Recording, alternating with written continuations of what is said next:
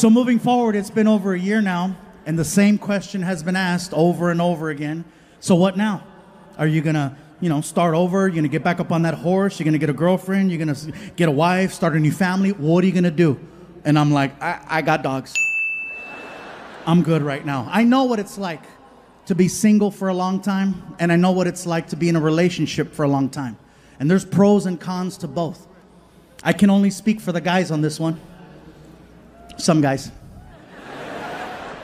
Guys, you ever been single so long you start to question whether or not it's by choice? And then you find yourself saying things like, guess I'll be single forever, just nobody wants me, nobody wants me, nobody wants me. Some of you are laughing because you have that friend. A lot of you are quiet because that's you right now. And then you notice how sometimes all it takes are just a couple of minor changes, a couple of minor adjustments to get back in the game. Like maybe you start cutting your hair different. Maybe you start dressing better. Maybe you start, showering and shit. Someone takes notice and decides to give you a chance, and now you're back in the game. And there's no greater feeling in the world than that of being in a brand new relationship, because you're just so happy. You're so happy. You're the most optimistic person in the world. Nothing can mess your day up when it's brand new. You can miss your bus on the way to work. There'll be another. You could get fired. Guess it wasn't meant to be.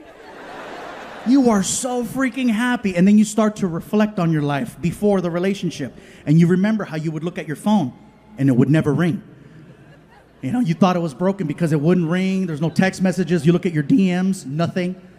But the minute you get into a brand new relationship, like magic, your phone, text message, ding, your social media, now you got numbers in there. People in the street are talking to you. And then you say this out loud. Where were all these people at when I was single? Answer? They were there the whole time. The difference is you were not this happy. I found out that happiness is one of the most attractive things in the world. Who doesn't want to be around someone who's positive?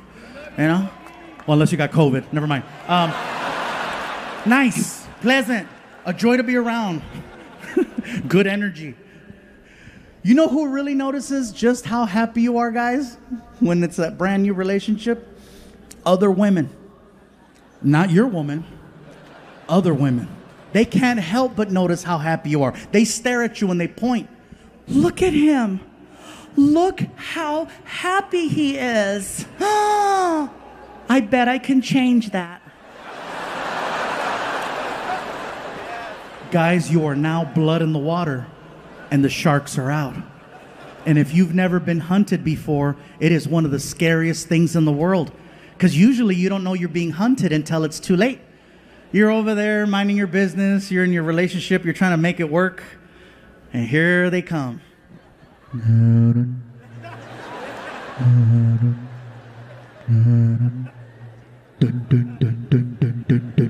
Before you know it, it's too late. She's got a hold of you, and she has you pinned down in the back seat of a car. And she's hitting you. She's hitting you with a baby shark doo doo doo doo. So I get a letter in the mail from my old high school, and it's like, time for the reunion.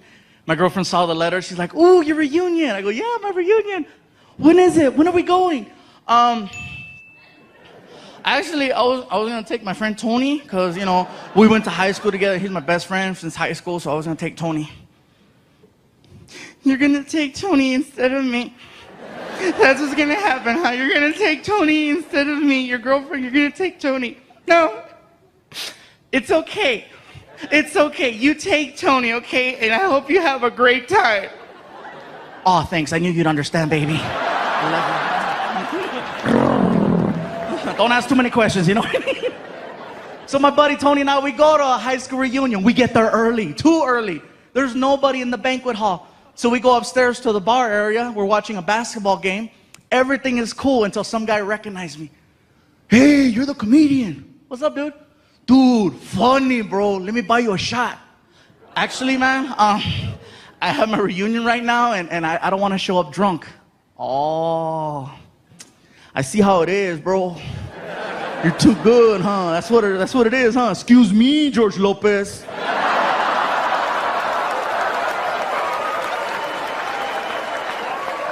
Let's do the stupid shot.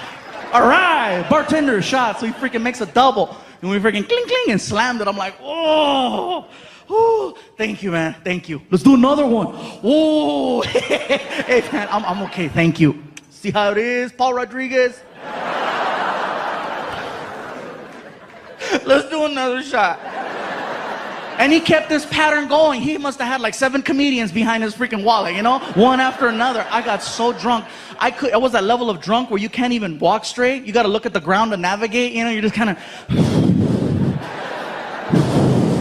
I get to the reunion. There's a lady at a table, and she's got stickers on the table that say, hello, my name is. And then with a Sharpie, you write your name. I was so drunk, I couldn't even write Gabriel.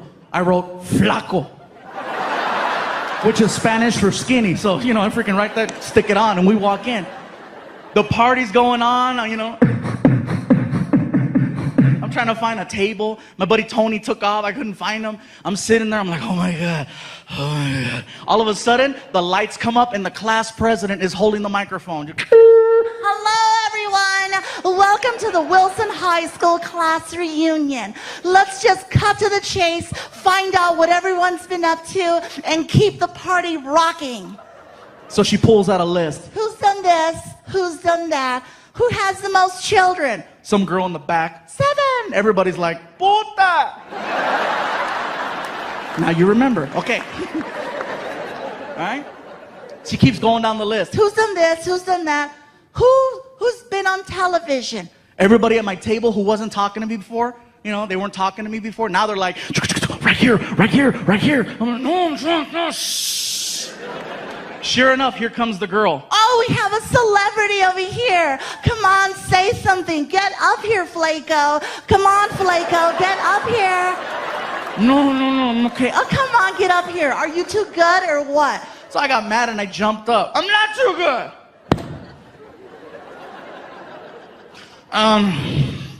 Everybody, my name is Gabriel Iglesias.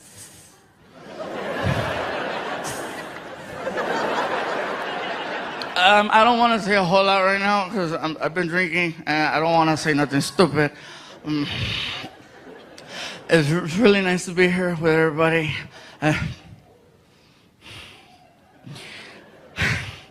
I see 2 girls here tonight.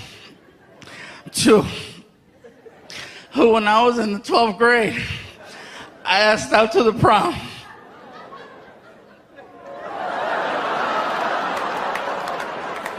And they said no. But you know what? It's okay. Let me go. It's okay. You know what? It's okay because like she said, I've been on TV. And you 2 girls who said no, you got fat. One of them yells out, You're fat too. I know I'm fat. I'm not trying to preach to nobody. This is what you got to do with your life. Hell no. Shoot, you like burgers? Kill it. Dale gas. I'm just saying that's what I'm going through. And then people think, oh, he's trying to lose weight because he's doing movies. He wants to look better. He wants to be accepted. He wants to be accepted. No. Don't get it twisted, you guys. Don't even think that. At my highest weight of 445 pounds, the level of acceptance I had was amazing, okay? To put it to you like this,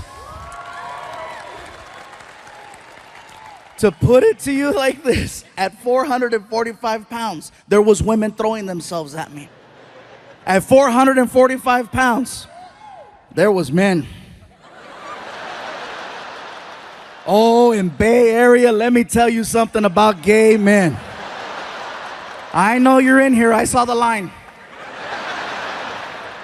I'm going to tell you something about gay men. Gay men are very creative, they're very persistent, and they're very opportunistic when they want to achieve the mission. They're just as calculated as straight men are.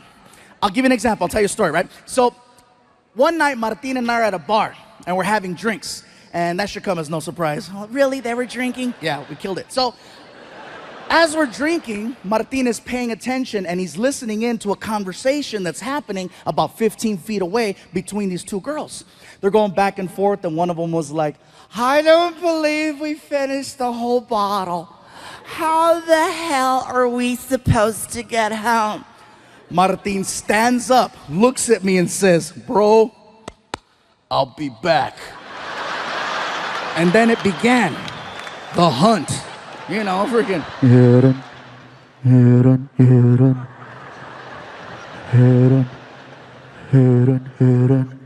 Gay men are the exact same way. They listen, they focus, they pay attention. They wait for one of the cows to get away from the rest of the herd so they can corner it and strike.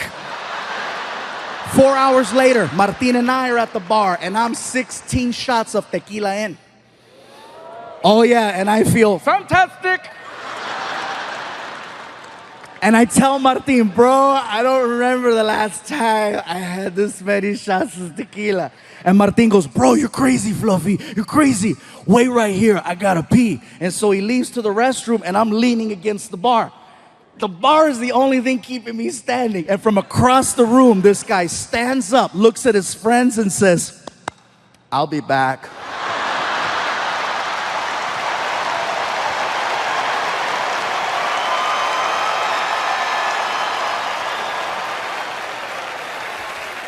And then it began, the hunt.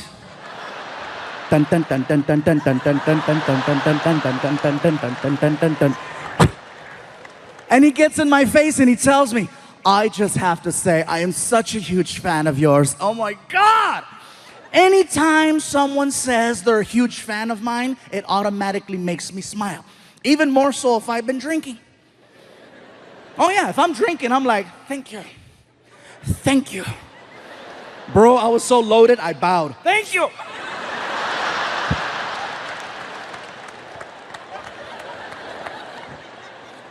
The guy puts his hand on my shoulder and he says, I just have to say, you have gotten me through some difficult time. And he stops talking and he squeezes and he goes, oh my God.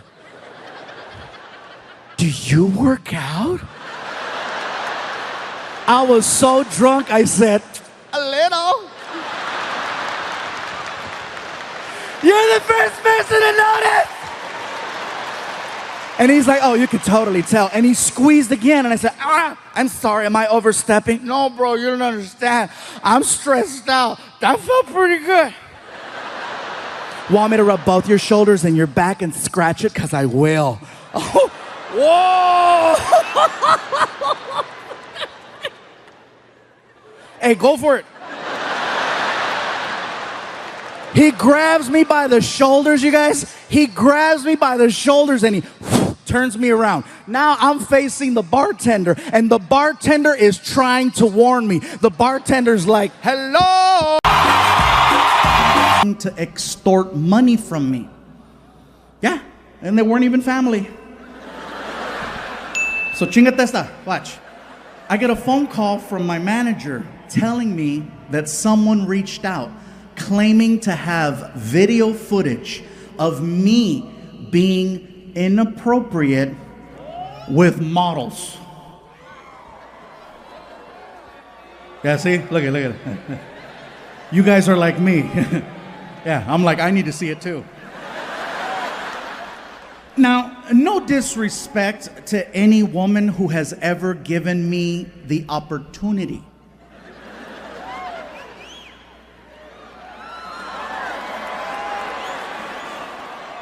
But none of them were models. Maybe a couple of cochinas from West Covina, maybe. But they were not models. They were not models. They were just good citizens. Thank you. So anyway, they said I had until 9 a.m. to make a deposit of $50,000 into an account, or they were going to release the footage to TMZ and my career was going to be over. When I got the message, it was already 6 p.m. So I had missed the deadline by like half a day. So I was like, well, let me turn on the TV, still, see if I still got a job. And clearly this is the first time you guys are hearing about this because there was no footage. They were just trying to scare me into giving them money. The only reason why I'm telling you the story is because Only 50,000? Like seriously, that's what my career's worth? Don't get me wrong, I know when I said 50,000, some of you were like, oh, and it is a lot of money. But if you're gonna go after a celebrity, $50,000 is really low. Like, to put into perspective, they did the same thing to Kevin Hart. And with Kevin Hart, they hit him for 10 million. 10 million, which lets me know where I stand on the comedy totem pole of success. There's Kevin Hart with 10 million, and I am like the Groupon of extortion. Where'd you get your extortion? Got that shit at Ross. It was on clearance. $50,000. You can't even buy an Escalade with $50,000. That is like a Hyundai Sonata at best, okay? And that's like a base model. Like, you still gotta do this shit to the window, you know? 50,000. Out of all the countries I performed in, my favorite country outside of home is Australia. And I'll tell you why. Australia, much like us in America, has its list of priorities. You know what's not on their list? Political correctness. They do not care about your feelings. It's like a country full of Daves. Believe it or not, it's very refreshing to be around such a large group of people who speak their minds so freely. And if you know that before you go there, you're gonna have an amazing time. But if you don't know that and you show up, it is a culture shock and a half, because I showed up and I didn't know. Everybody says you gotta see the beaches, and I went to the beach. I had people coming up to me.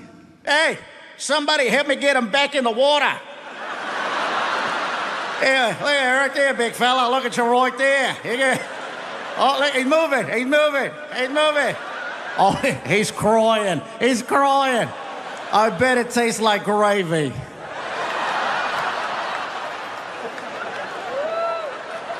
It's not bullying if everyone does it. Yeah, that being said, I'm in Australia, Sydney, Australia, at the Opera House. For me, it was one of the most iconic places I've ever got to perform in. It was bucket list, definitely. After the show, I wanted to go hang out with some Aussies and see what that was like. I'm hanging out at a pub. First things first, Australian people do not drink Foster's beer. That's an American thing. They don't drink that over there. I tried ordering one to fit in, didn't go over well. Bartender looked at me. Hey, you like the taste of piss, do ya?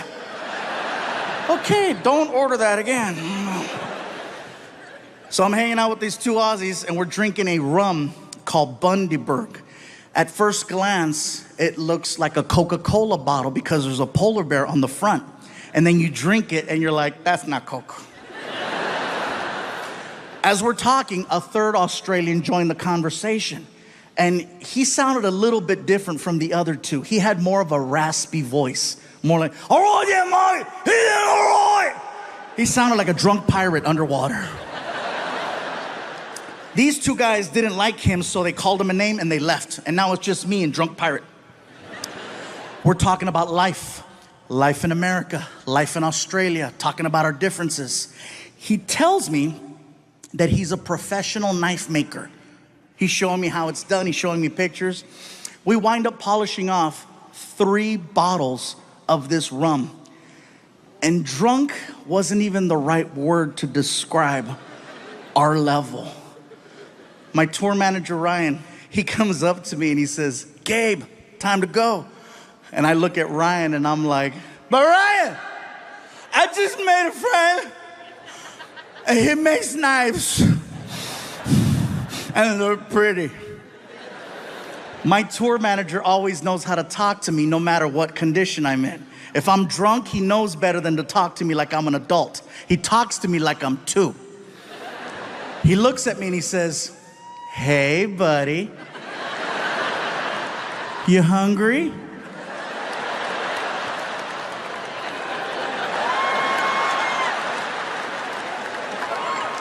Well, listen, if we don't leave right now, they're gonna close McDonald's and you're gonna have to eat at the airport. I gotta go. Oh, Mom, you gotta go, no worries. And he goes to shake my hand. And when he shook my hand, he put his personal pocket knife that he made in my hand as a gift. That's for you, Mike. Thanks for being nice. Thank you. Thank you. I'm gonna cut cheeseburgers with this. Martin and I just got back from India. Yeah.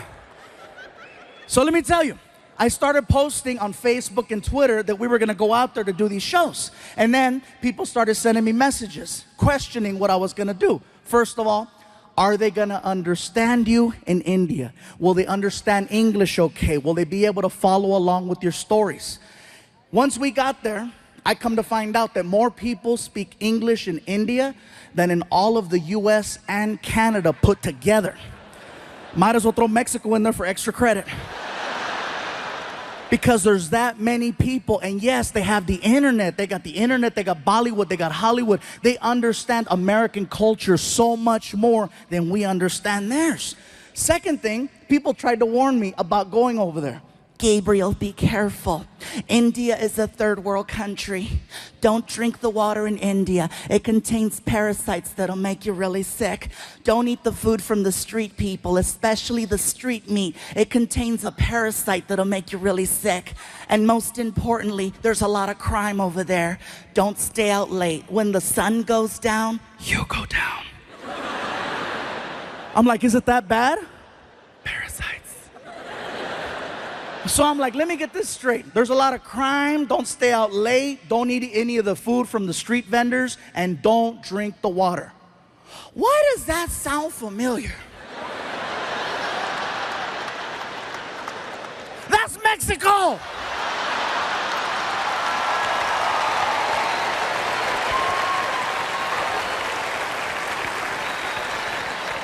When Martin and I got over there, we found out that Indian people and Mexican people have so much in common, you guys. I'm telling you, it's insane how similar we are, especially the food. The food is so similar. For example, Mexicans love tortillas. Indian people love naan bread, which is a fluffier form of a tortilla. Mexicans love chicken. Indians love chicken. Mexicans love hot and spicy. Indians invented hot and spicy. Most popular drink in Mexico is Fanta. Most popular drink in India is Fanta. Indian people worship cows. Mexicans love barbecues. A lot of similarities. Most of the people that I met over there were very hardworking and humble. And I gotta tell you, every time I talked to someone, I was always greeted the same way. They'd look at me, they'd put their hands together, they'd do a little bow, and they say, Namaste, which is an endearing hello. It's really nice and sweet. And then I noticed that Indian people, when you're talking to them, do this thing with their head, where it will begin to move side to side as they're speaking. Now, at first when you notice it, you think, oh, he slept wrong. He just got a kink in his neck. Get a Tempur-Pedic. Now, when they start speaking, their head starts moving. And I noticed this. The guy is checking us into the hotel, and he's really cool. He's like, listen, if you have any problems at all, okay, you call the front desk, you press 0. We will send somebody to your room to help you. Whatever you need, we got it for you right here, okay? It's very good. Now, one thing I notice is the more they talk and the more excited Indian people get, the more the head starts to move around. Somebody at the hotel yelled out to the clerk, that's Fluffy. And the guy was like, oh my God, I don't believe it. I thought it was you. I thought it was you. Oh my God, I cannot believe it. This is so crazy. Oh my God, Fluffy, Fluffy, Fluffy. Even crazier than that is that the mouth is actually connected to the neck. When the mouth stops moving, the head stops wherever the mouth left off. And when you see Indian people talking to each other, you can see it. Okay, let me tell you something. Okay, okay, hold on. Wait, hold on, wait, okay. Like if you're Indian and you stutter, you are so screwed. Somebody stop him!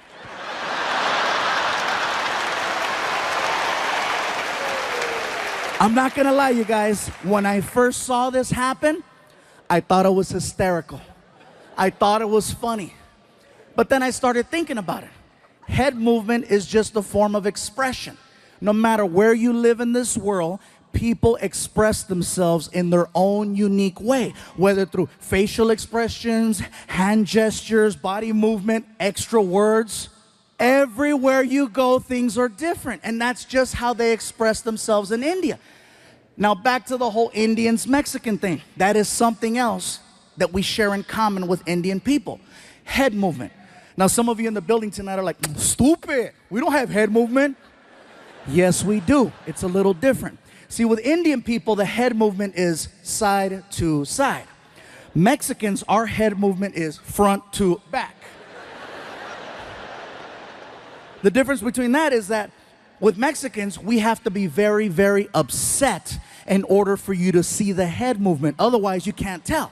With Indians, it's all the time. Oh, today is such a nice day. It is such a beautiful day today. I'm so happy. It's very nice, very good. Oh my God, I can't believe it's so nice. It's such a pretty. Mexicans, when we're mad, that's when it comes out. For non-Latinos, hey, trust me, you cut off a Mexican in traffic, see what happens. ¡Sácate, pendejo! ¡Lárgate, cabrón! ¡Quítate, desgraciado!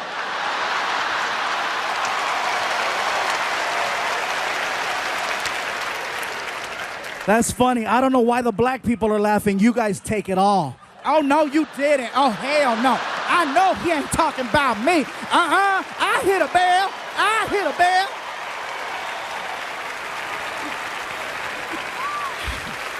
I made myself dizzy doing it.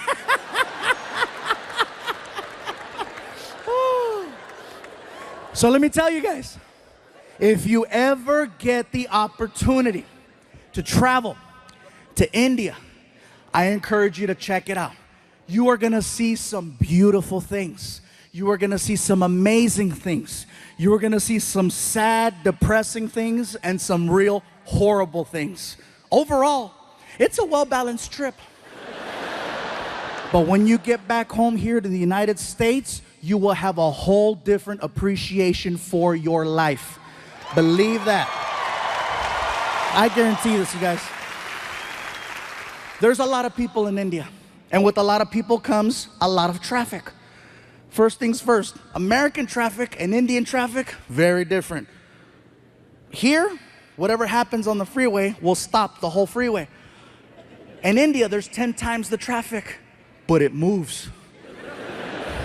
See, the problem is Americans, we're fascinated by accidents. We're fascinated by the idea of seeing potential death. That's why we slow down on the freeways. We say we don't want to see it, but what happens in traffic? You know, what's going on over there? There doesn't even have to be a collision. You could be on the 101 freeway and a car has a tire blowout and it spins. Doesn't hit anything. It's now facing oncoming traffic. You know what happens to the rest of the freeway? Even on the other freeway where there's no accident. And again, what's going on? What's going on? I'm sorry. Hey, somebody might be dead. Sorry. In India, if there's an accident in the middle of the street, you know what they do? They drive right around it. They don't stop. And it's not that they're not sensitive to the situation. They are. It's just that there's so much chaos that happens on a regular basis. They just need to get to work. They do see what's happening. And believe me, they're heartfelt. You know, they'll drive around. I'm so sorry for you. Nothing stops the flow of traffic in India. They need to get from point A to point B. And so they go. If there's an accident, they drive around. If there's something blocking the street, they get on the sidewalk to go around. It's amazing the way they drive. And here's something else. No one uses turn signals over there. No one uses turn signals. They use a horn. Now, if you go to India tomorrow, from the time you get there to the time you leave, you're constantly going to hear a horn. It's an actual language when people are driving. I'll show you. You're driving? Car on your right. Car on your left. Light up ahead. They talk to each other while they're driving, and they barely miss each other every single time. Also, you'll be on the 101 freeway here, and there'll be 6 lanes. In India, you'll see 6 lanes, but guess what? You'll see 12 cars across. Yes, they have lines, but they're basically there to let you know more or less the direction you might want to go in. They're this close to each other, and even at the light, they communicate. You see everything. Cars, trucks, vans, motorcycles, pedestrians, cows, children, all waiting for the light. And they talk at the light with the horn. Very good. You can go. You can go. Welcome. You're welcome. Go, go. Nothing stops the flow of traffic over there. Indian people drive. Think of ants. You know how ants travel in a straight line? And if there's something in the way like a rock, ants will split up, go around the rock and reunite, or climb over the rock. Worst case scenario, they dig a hole and go under the rock. That's the mentality of driving in India. A man can get shot in the middle of the street. People just look at each other. Somebody pick him up. And they'll drag his ass onto the sidewalk. And if there's an accident and they need to get around, guess what's gonna happen to that guy on the sidewalk? Nothing stops the flow of traffic in India, except a cow. Now, I know we've always heard the stories and the jokes about, oh, Indian people don't eat hamburgers. I asked the question and I found out. It's believed that cows are people who have died and they've been reincarnated and their new life is now the cow, which is why they don't eat them and why they give them all the love and respect in the world over there. I saw this firsthand. There's a cow crossing the street while we're driving. And the cows know, they're cocky, they know that they can cross. Again, all the cows, and the cows out there all cocky. Gling, gling, gling, gling. No one honks at the cows. No one yells at the cows. No one touches the cows. They wait for the cows to finish crossing. The cow that we had laid down. The driver just shut off the car. Started tweeting. There is a cow in the middle of the street. Hashtag Momo.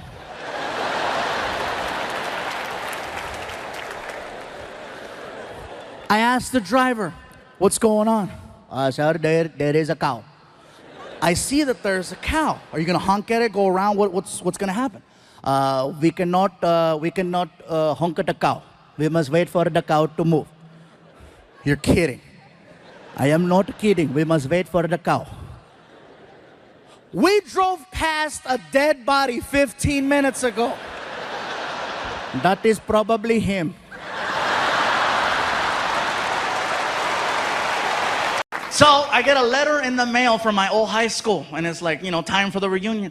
My girlfriend saw the letter. She's like, ooh, your reunion. I go, yeah, my reunion. When is it? When are we going? Actually, I was gonna take my friend Tony, because, you know, we went to high school together. He's my best friend since high school, so I was gonna take Tony. You're gonna take Tony instead of me. That's what's gonna happen, huh? You're gonna take Tony instead of me. Your girlfriend, you're gonna take Tony. No, it's okay. It's okay. You take Tony, okay? And I hope you have a great time. Oh, thanks. I knew you'd understand, baby. I love you. Don't ask too many questions, you know what I mean? So my buddy Tony and I, we go to a high school reunion. We get there early, too early. There's nobody in the banquet hall. So we go upstairs to the bar area. We're watching a basketball game. Everything is cool until some guy recognized me. Hey, you're the comedian. What's up, dude? Dude, funny, bro. Let me buy you a shot. Actually, man, I have my reunion right now, and I don't want to show up drunk. Oh, I see how it is, bro. You're too good, huh? That's what it is, huh? Excuse me, George Lopez.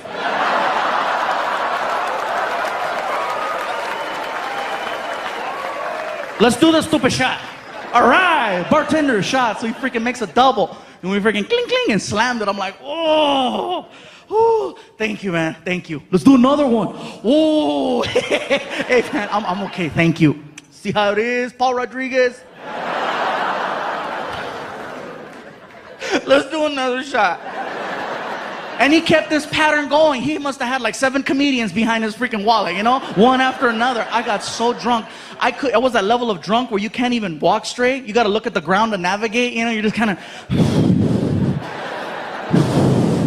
I get to the reunion. There's a lady at a table, and she's got stickers on the table that say, hello, my name is. And then with a Sharpie, you write your name. I was so drunk, I couldn't even write Gabriel. I wrote Flaco. which is Spanish for skinny. So, you know, I freaking write that, stick it on, and we walk in. The party's going on, you know. I'm trying to find a table. My buddy Tony took off. I couldn't find him. I'm sitting there. I'm like, oh my God. Oh my God. All of a sudden, the lights come up and the class president is holding the microphone. Hello, everyone. Welcome to the Wilson High School class reunion. Let's just cut to the chase, find out what everyone's been up to, and keep the party rocking. So she pulls out a list. Who's done this? Who's done that? Who has the most children? Some girl in the back. 7. Everybody's like, puta. Now you remember. Okay. All right? She keeps going down the list. Who's done this? Who's done that? Who's been on television? Everybody at my table who wasn't talking to me before, you know, they weren't talking to me before. Now they're like, right here, right here, right here. I'm like, no, shh. Sure enough, here comes the girl. Oh, we have a celebrity over here. Come on, say something. Get up here, Flaco. Come on, Flaco, get up here. No, I'm okay. Oh, come on, get up here. Are you too good or what? So I got mad and I jumped up. I'm not too good.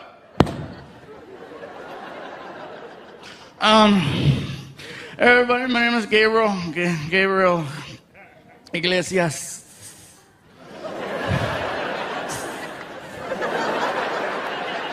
I don't want to say a whole lot right now because I've been drinking and I don't want to say nothing stupid. It's really nice to be here with everybody.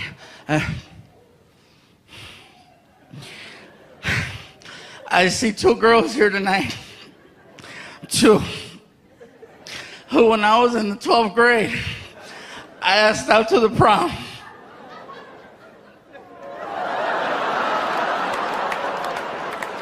And they said no. But you know what? It's okay. Let me go. It's okay. You know what? It's okay because like she said, I've been on TV. And you 2 girls who said no, you got fat. One of them yells out, You're fat too. I know I'm fat, but I was fat in high school. I'm in the middle of trying to deal with this whole situation with my son watching these videos and not going to work. And while I'm doing this, I get the most random phone call I have ever gotten. My publicist calls me up and she's like, Gabe, Snoop Dogg is looking for you. Excuse me? Snoop Dogg, you know, I know who Snoop Dogg is, but what do you mean he's looking for me? Well, he's looking for, is he looking for me or is he looking for me? He's a fan and he wants to interview you. Oh, cool. Sounds good. What is it? I think it's some type of podcast. I'm in. Can I bring Frankie? Absolutely. Cool. So I hang up the phone. I'm excited. I want to tell my son. I'm like, Frankie, I'm walking towards your room. I'll be at your door in 3, 2, 1. Hey, all right, you're dressed. Good. Come on, let's go. Where are we going? Watch. We get in the car. And now we're off on this adventure to go do an interview with Snoop Dogg. You guys, let me tell you something. We get to the neighborhood and we're lost. The GPS says we're there, but we're lost. We're looking for a house and there's no house, just a big building. And so I'm like, this doesn't look like a podcast, really? So I pull up to the security gate. Tap the button on the wall. Security desk, can I help you? Hey, security desk, my name is Gabriel Iglesias, and I think I'm here to do an interview with Snoop Dogg. Okay, one moment. Oh, okay, this is it. Good.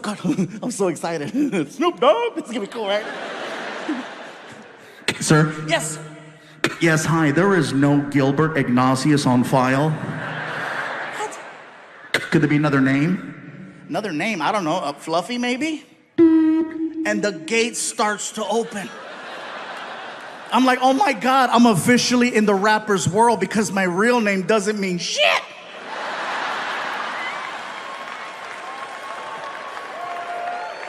So we drive in. And we're passing all of these reserved parking spaces. Reserve. And we get to my space, which is basically an orange cone that has Fluffy handwritten on it. And a bunch of other names crossed off. So Frankie moves the cone, I park the car. We walk into the building. My publicist is waiting for me, right? And she's like, Gabe, you made it. Frankie, how are you? Listen, I just finished talking to Snoop. Wow. He is everything you think he is and just a little bit more. He is so sweet. I cannot believe he was charged with double murder. He told me to just walk you guys into the studio and he'll be right back. He said he had to go outside and get in the right headspace or something. Okay, cool. So she walks us into Snoop's studio. I'm thinking I'm there for a podcast. Come to find out, it's for a TV show. Snoop has a TV show where he interviews celebrities. Everyone in the room is waiting for Snoop to return. You can hear the small talk, you know.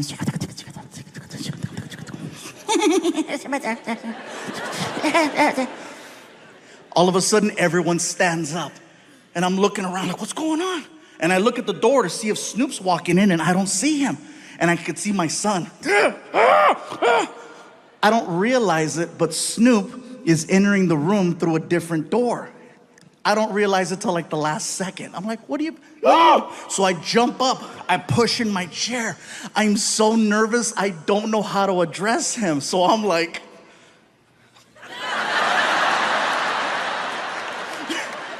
I felt stupid. Snoop walks over to me and he's so cool, you guys. He's so cool. He walks over to me and he grabs my hand. He's really strong. He pulls me in and he says, yo, what it do, baby boo? How you feel?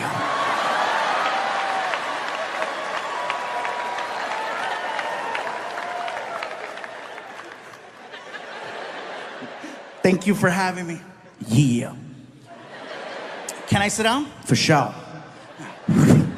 I sit down, I look over, I see my son. My son's like... The difference between Snoop's show versus any other talk show I've ever done is that usually there's a person, like a producer or a director, who comes to you and gives you information, like how the show begins, topics you're gonna cover, how you go to commercial, how you come back from commercial. I've spoken to no one. Snoop just starts talking, and at some point, they hit record. I'm waiting for action or a buzzer and something. Snoop just starts talking to me. Yo, what up, Big Fluff? Big Fluff? Oh, that's hey. Yo, you like music? Snoop, I love music. I love your music. Yeah, that's what's up.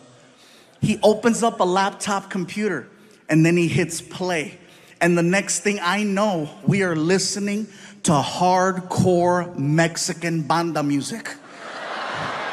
I mean hardcore.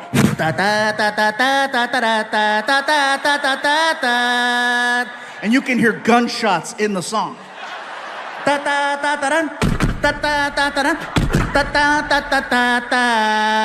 And then a cow. And the whole time Snoop is like, I love it when he go moo. What?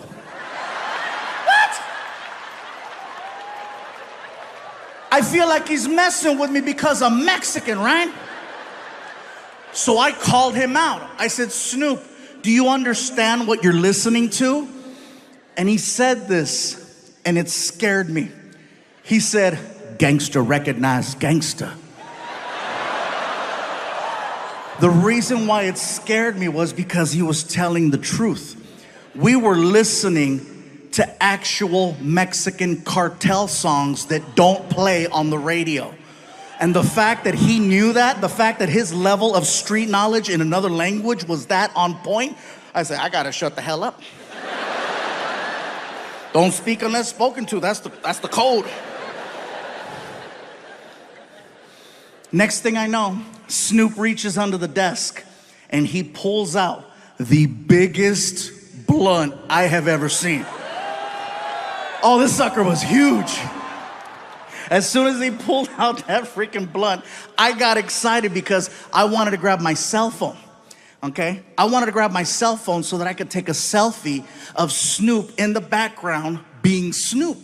So while I'm fumbling, trying to get my phone, Snoop starts talking to me again. Yo, Big Fluff. Yeah, what? hit that while I hit this.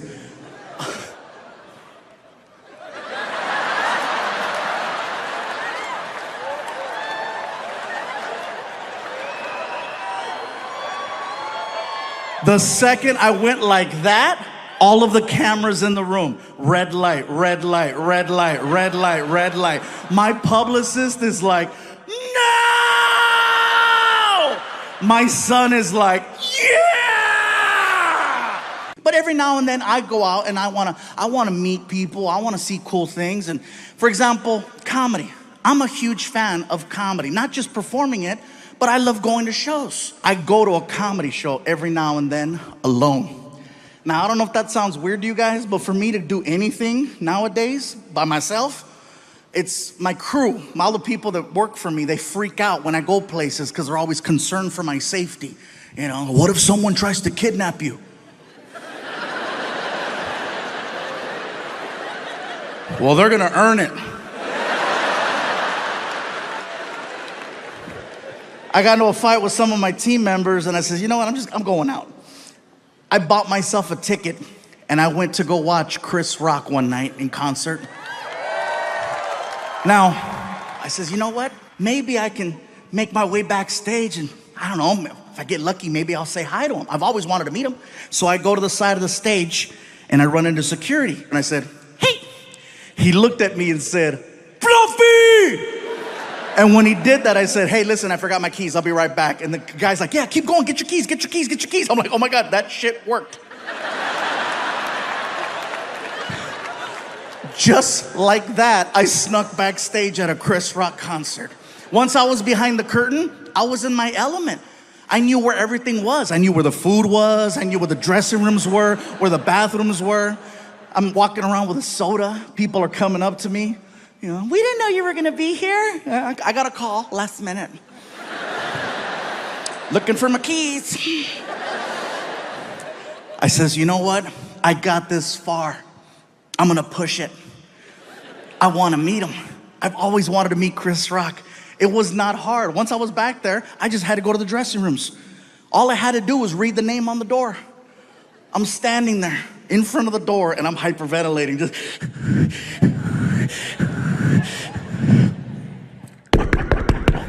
The door opens up and there's this man in there, this bodyguard who's just massive. I'm a big guy, but damn, dude was huge. As soon as he opened the door, just.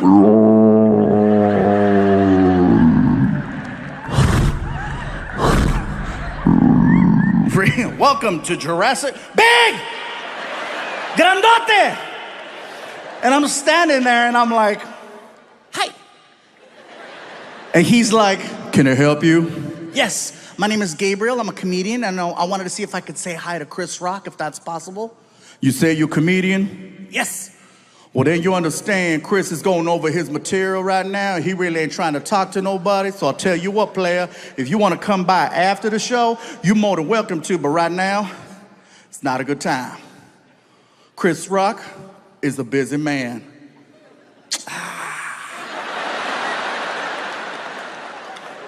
Can I wave? Excuse me? Can I wave? What you mean? Can I wave at Chris? I don't have to come in. Can I wave? Chris Rock is in the room. He can hear the stupid conversation that's taking place. I know this because I can hear Chris Rock in the background. What's going on? Who's at the door? Move out the way. Yo, Chris, I got this, man. I got this. Move! All right. And the guy stands to the side, and now I'm looking at Chris Rock. And he recognized me. And it freaked me out. Oh, yeah, it freaked me out. He's like, ah, shit! Look who it is. Look who it is. It's the king of the Mexicans.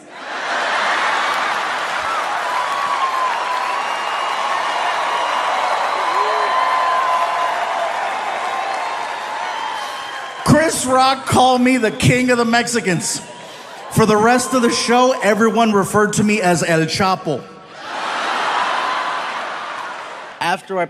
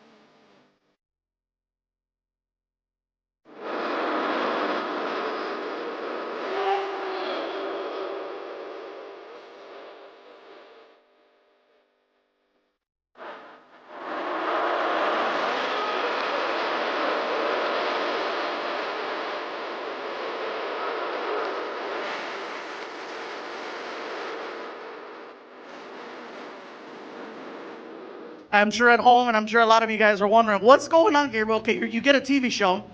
Why would you want to do it in Phoenix, Arizona? You know, especially with everything that's going on. Why would you take a chance? Let me tell you why, okay?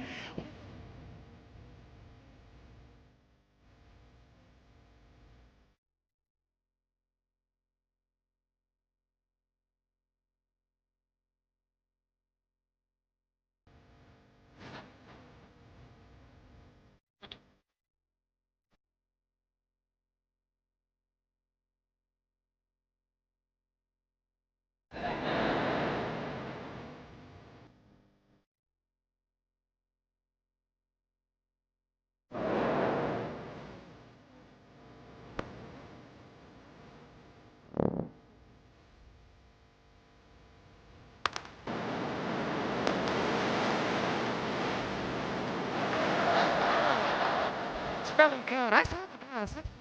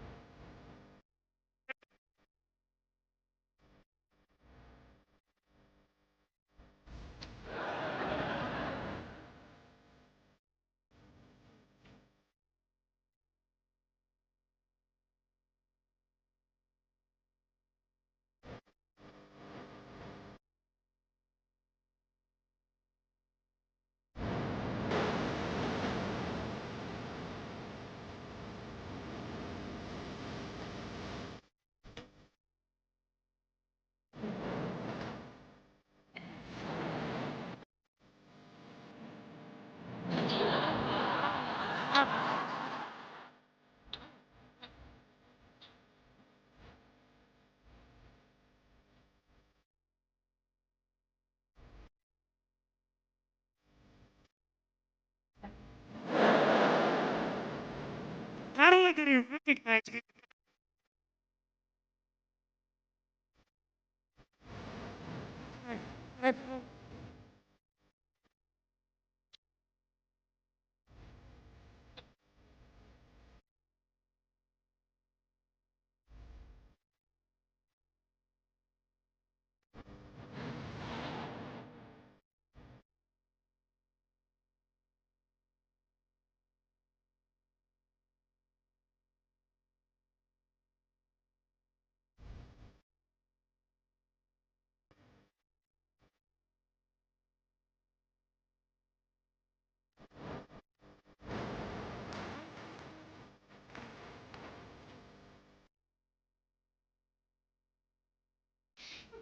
Guys in the back, show the picture.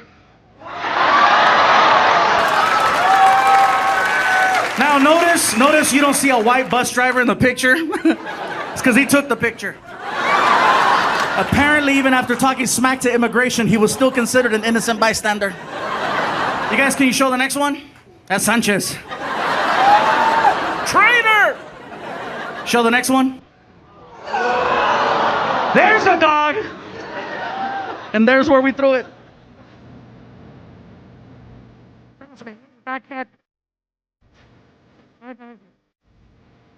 Oh, yeah.